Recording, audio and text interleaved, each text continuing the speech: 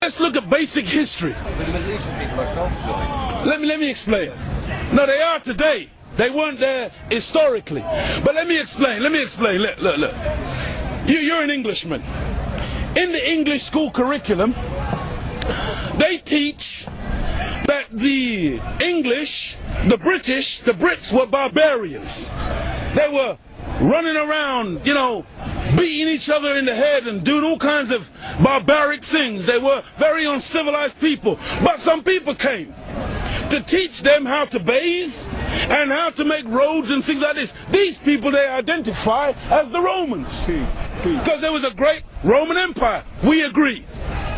Then you go and study the Romans and find out where the Romans say they got their civilization from. Muhammad. They say they got it from the Greeks. Teach, Muhammad. So you say, oh, wonderful, Athenia and the Hellenistic period. So then you go and study the Greeks.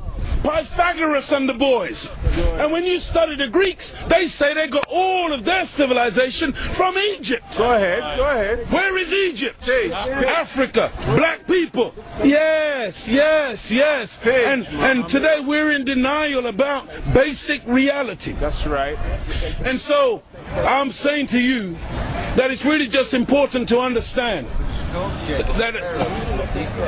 that as Caucasian people, all of those, look, when Napoleon arrived in Egypt, he saw the great statue of Ramesses. That's right. He saw the great edifices of the Sphinx and all of it. You know what Napoleon did? When Napoleon saw the nose that looked like my nose, he was so upset because all of these great statues, they got a nose like mine. And you don't have a nose like mine if you are a Caucasian. You only have a nose like mine if you're a black man. And these were black men. Huge statues that scared the life out of Napoleon. And so he told his soldiers, turn the cannons on these statues and blow the noses off.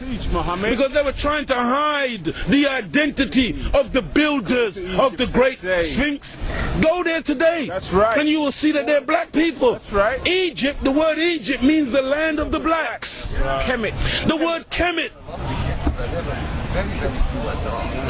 Of course, very few are dark today because of migration and the fact that black people have been pushed out and destroyed over the period of time that you have been here. This is why the white man, look, this is why, look, do you know that we were circumnavigating the entire planet thousands and thousands of years ago? But only 500 years ago, Caucasian people thought the world was flat. You thought that if you sailed too far out into the sea, you'd fall off the edge. But black people had already circumnavigated the entire globe. And so, we, as black people, you came into the Caribbean. If you read Columbus's log, he said he found paradise and a people who took gold for granted. We use gold for little artifacts, but it's no big deal to us. When the white man saw gold, he went mad. He called it a gold rush. And he started to kill people for a metallic object. The white man, he came into what he called a new world. And so all of a sudden you started to name things. So that's why you called it America, based on, what was his name? Amerigo Vespucci, a Caucasian. That's why you called it Africa, based on the European explorer called Africanus.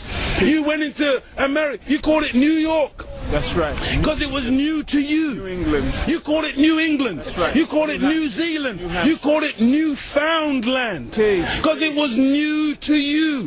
But to us, we were already there. That's why we're called aboriginals. From Ab, meaning abstracted from the Father. From God Himself. Original, meaning the first. But you won't find Caucasian people calling themselves aboriginal anywhere on the planet. Because you're the new man, Paul Newman. You're a brand new man to the planet. And I say again, because I know you think we're joking, and we don't back off from this one iota.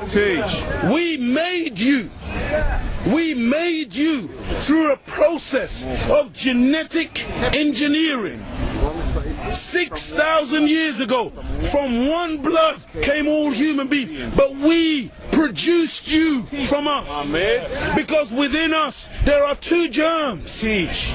A black one and a brown one. Teach. This is not this is not insulting language. This is science. Teach. And we found within ourselves a contrary nature. All color spectrum. And so we engineered this from ourselves, and it was produced as a Caucasian human being. And the first one of you that came on the planet was just 6,600 years ago. What was the point that you mentioned? Humus. Look at this. Even the word human. You've heard the term of a darker hue. Human, meaning a dark man. Human, a man of color. That's why the topsoil of the earth is called humus. It is the dark organic material that gives life to the earth. Teach. Whenever you take away the dark organic material or you denature it, you're left with white granulated sand. Teach. Desert. You want to see those of us who think that white something to glorify in. No. You know, do you know that there's no such thing as a white mice found in nature? Teach. You know that all white mice were manufactured because they are weak, and that's the only kind of mice that they can really do laboratory experimentation on. Teach. And so they have produced them through genetic engineering. A white rabbit, you'll never find a white rabbit running in nature. That was put there from a laboratory. And so you got to understand that white intrinsically is the weaker side of black. White is not the strength. White is in fact the weak aspect. And so when you want real flour, you go and get yourself some whole grain flour. You got to go and get wholemeal. It's got to have the whole meal in it. It's called brown flour. And that's the one that wise people eat. You don't eat this, but then you make the white flour, which you've totally denatured, and you call it mighty white. When you look at the great white shark, it's not white. You're so desperate to have white things that are great that you call it a great white. You call it the great white whale. It's not a white whale, not white. It's black or grey, but it's not white. You can't get a heavyweight champion, so you're looking for a great white hope. You try and turn Frank Bruno into a white man in desperation. This is real. I'm saying it's a psychological thing with white people where you want to find your place. And your scientists and your historians, they spend so much time asking the question, where do we come from? Because they are puzzled as to your origin. They ask the question, why do we kill the way we do? Because there's a different nature. You have a different nature to the rest of the members of the human family. Look at the Chinese, look at the Asians, look at the black people. All of us got dark eyes. All of us got black hair. The only one on the planet who's got ginger hair, blonde hair, brown hair, grey hair, brunette. You see, you got to understand pedigree, and you got to understand mongrelization. I'm telling you the truth. Go ahead. Because when you got a dog and it's all spotted and all different colors, you call it a mongrel.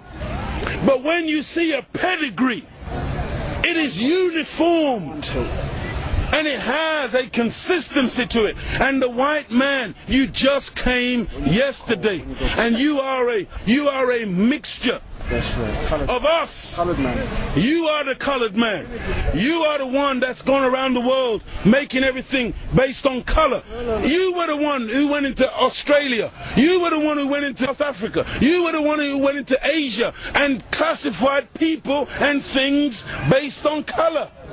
That's why you call one of us octoroon, another one quadroon, another one half caste, another one mulatto. I mean, these are classifications from you, not from us. We never saw people based on their color. We saw people as human beings. But the white man is the one who came along and made all of these classifications. So that's why this man, Yaqub, he wasn't a madman, he wasn't a mad scientist. He was a good scientist, and he just wanted to see if he could bring out from the black man the other side of the black man, the negative side of him, and make it live. And he was successful. After 600 years of grafting, he produced a Caucasian. And the Caucasian person is a person who is anti-nature. That's why when the sun comes out, I'm energized. Me and the sun, we got a relationship. I love the sun. I don't need no sunscreen. I don't get cancer from the sun. Me and the sun have got a good relationship. I love it and it loves me. But white people, you got to put sunblock on. You got to hide from the sun, because now you might get a little melanoma. Part of me on you, that means your death. Why would the life giver, which is the sun, be against your very life?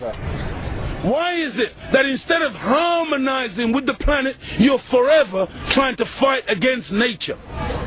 Why is it that when I come out of my mother's womb as a baby, I've got natural rhythm? But white people, for you to learn to dance, you got to write it out, paint the steps on the floor. My women, they walk with a great big house on their head in Africa and in the Caribbean by nature. Perfect balance, perfect poise. Nobody has to teach them.